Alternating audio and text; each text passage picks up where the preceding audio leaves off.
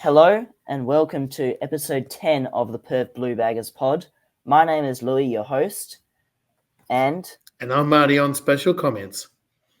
in this episode we will be reviewing our round 18 loss to the Western Bulldogs and previewing our round 19 clash against North Melbourne. Also, we're doing this on a new format because we're not able to do it together this time. So that might be why there's a difference in the mic quality. Anyway, let's get into it. We fell short against the Dogs in a hotly contested game at Marvel Stadium on Saturday afternoon. We made the trip to this game, and so it was good for a good perspective change.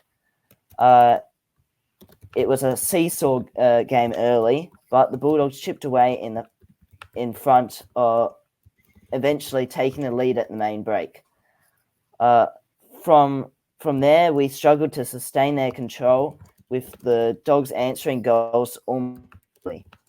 In his 200th game, Patrick Cripps was best on ground, finishing with 28 disposals, 13 contested possessions, and 2 goals.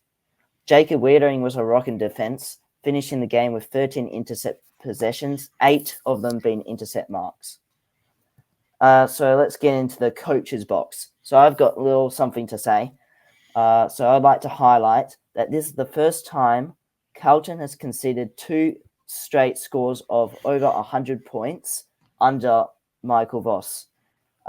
This puts a spotlight on how we are ranked 15th for points against this season. This is clearly a concern because no team has won a premiership sitting outside the top 6 in points against in that stat line since records began. So that's what I have to say. And do you have anything to elaborate on that? Certainly. First of all, like you said, it's great to see the boys in person, but you see so much more when you're actually there. You know, you can see the tactics, you can see the what they're trying to achieve. Couple of things. Sure, we led at quarter time, but we're actually lucky because they kicked 0 goals 7 at quarter time, so they probably should have been in front even then. They missed some really gettable shots. They were in front by half time. I think the second quarter was probably the most disappointing because they kicked 7 goals against us. And that's actually the third quarter and the 3 quarters in the last 2 weeks, we've conceded 7 goals in 1 quarter, which is quite disappointing. And I think on the whole, that's where we really struggled. We were too easy to score against. And Michael Voss alluded to that after the game. And you talked about that, Louis. So too easy to score against inside our own defensive 50 at the stoppages, too easy to score against in terms of the clearances out of the centre. And there's a number of reasons for that. We're not getting enough numbers back. And so Voss has talked previously about us running without the ball as much as running with the ball. You could see this when you're live. You could see their numbers streaming forward, and we didn't go with them enough. So it's the defensive work on the team that they need to work at more. And the second thing is accountability at the stoppage. So if it's in our defensive 50, you've got to be accountable in the back 50 to your opponent, and we need to work on that more. So that was really clear. It's good to know where the problem is because you can't address something you don't know about. So I'd be really hopeful and confident that we're getting right on top of that next week, I've got to say. That's a very good take on it. So let's get into the notable performances. So your 5, 4, 3, 2, 1 votes. Well, I kind of struggled to get to 5 here because I thought we had 1 outstanding player, 2 other really good players, and then I think it dropped off a bit after that. So Patrick Cripps was sensational in his 200th game. In fact, the one disappointing thing is that boys couldn't get a win for him in his 200th game, but he couldn't have really done much more. In fact, he got better and better as the game went on, and his last quarter was exceptional. He almost carried us over by himself, and you know, he's just a big game performer. And, you know, he just, time and again, he willed himself into the contest. So he was just absolutely exceptional. Chin Cotter, I really liked his game. For him to shut down Bontempelli, of all people, you know how dynamic he is. And then he goes to the then possession leading leading possession getter on the ground in Bailey Dale and shut him down after that. He's just exceptional, and he's won ball himself. So Tim Cotter was great. I really liked his performance.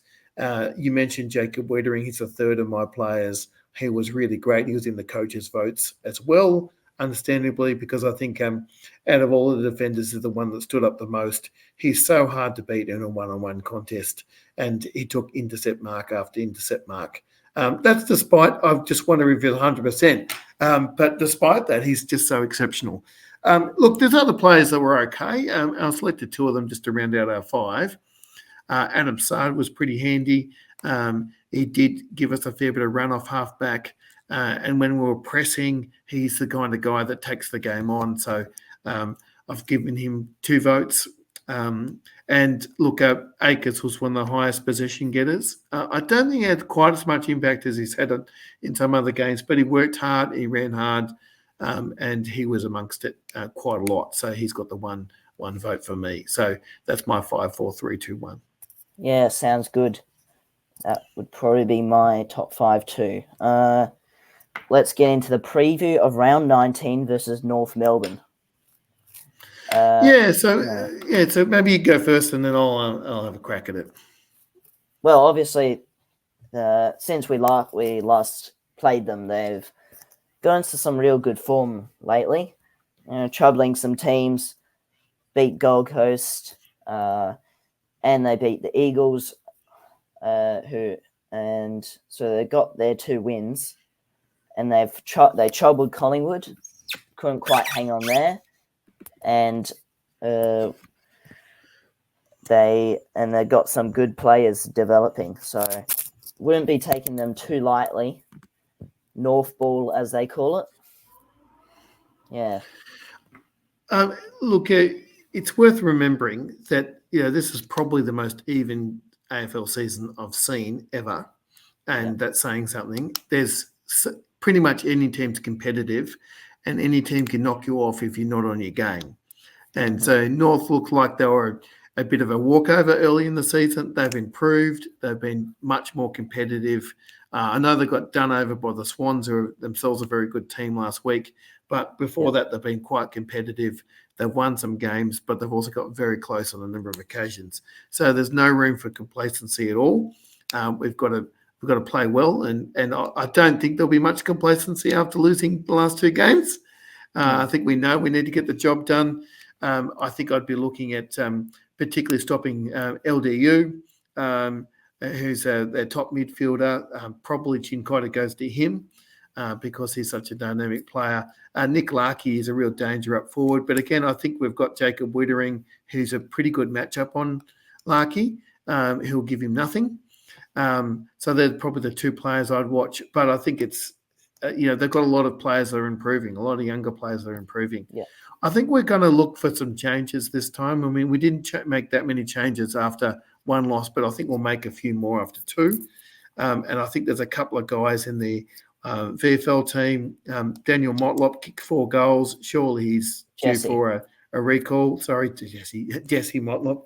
A recall, father and son there. And I think probably with Zach Williams almost certainly out, this is an opportunity for him. And he has played himself into form, I think. And probably someone like Cunningham has been pretty handy in the VFL, in pretty good form. Maybe it's time to bring him back in. Maybe someone like Cottrell gets a run in the 2s for a while, or someone like that. Got a lot of time for Cottrell. Appeared a little bit rusty the last couple of games. I reckon if you did put him in the Magoos and bring him back after he hits form, because I think he's actually a really essential player for us. And I think the other thing with that lack of run last week, we might consider whether we're playing 2 rucks and go back to 1 ruck. So possibly back to just TDK. But so there's a few changes there. McGovern may not play. He's a test. If he plays, I think probably Marchbeck makes way. So there's a few potential changes in the wings there. Yeah, that's good analysis there. And then it is a good chance for us to see, as we identified, the defense issue. So how will they tackle that? coming to Sunday. As this is Yeah, both Newman and it's a good Fogarty have point. identified that as an issue this week. Yeah, it's really clear. And Ross talked about being too easy to score against as well. So everyone's singing from the same sheet there. And I think it, and I was Fogarty or Newman, one of them said it's actually not just on defence, it's on everyone. And I think that we've probably let down the defenders a little bit by not getting enough numbers back. So that's one of the obvious things is two-way running and getting back in numbers when there's a turnover and getting numbers back on those defensive inside 50 stoppages. It's a little bit harder at the clearances, the centre clearances. We did get a number of scores against us there. So we've got to look at what that mix of players is. We've got at the centre bounce from bounce to bounce, and what gives us a good combination of who you're hoping to get the ball in their hands and also who's going to be taking one of their players. I thought that we probably overcooked it a little bit in a couple of the stoppages where we're trying too hard to release someone, and maybe we did need to just get a bit forward at times. A couple of the times that those handballs didn't come off. So we want to be releasing players, but there might be other times when we're just kicking to space just to get to stop them scoring so easily against us. But I think that getting numbers back is going to be the main thing. Yep. Okay, so thank you for watching episode. We forgot to do predictions. Oh, yes, very important. Right. Look, I think we're going to bounce back. I'm going to predict us by 6 goals. Yeah. I reckon 36 points. Yeah, they'll still put up a fight, so it'll be 34 points from me. Oh, very similar predictions. Yeah. Thank you for watching. So, look, I was just going to say, I was just going to say, it's a good to get back in the winner's circle, and for this, I know we'll all be acutely aware that we've got a range of clubs breathing down our neck, unsurprisingly, after losing a couple of matches. So we want to be winning this one. Yeah, indeed. Thank you for watching episode 10 of the Perth Blue Baggers pod. If you have any thoughts, please comment below. If you haven't already, please subscribe to us on YouTube and follow us on Instagram. Thank you. Up the Baggers. Go on the Blues.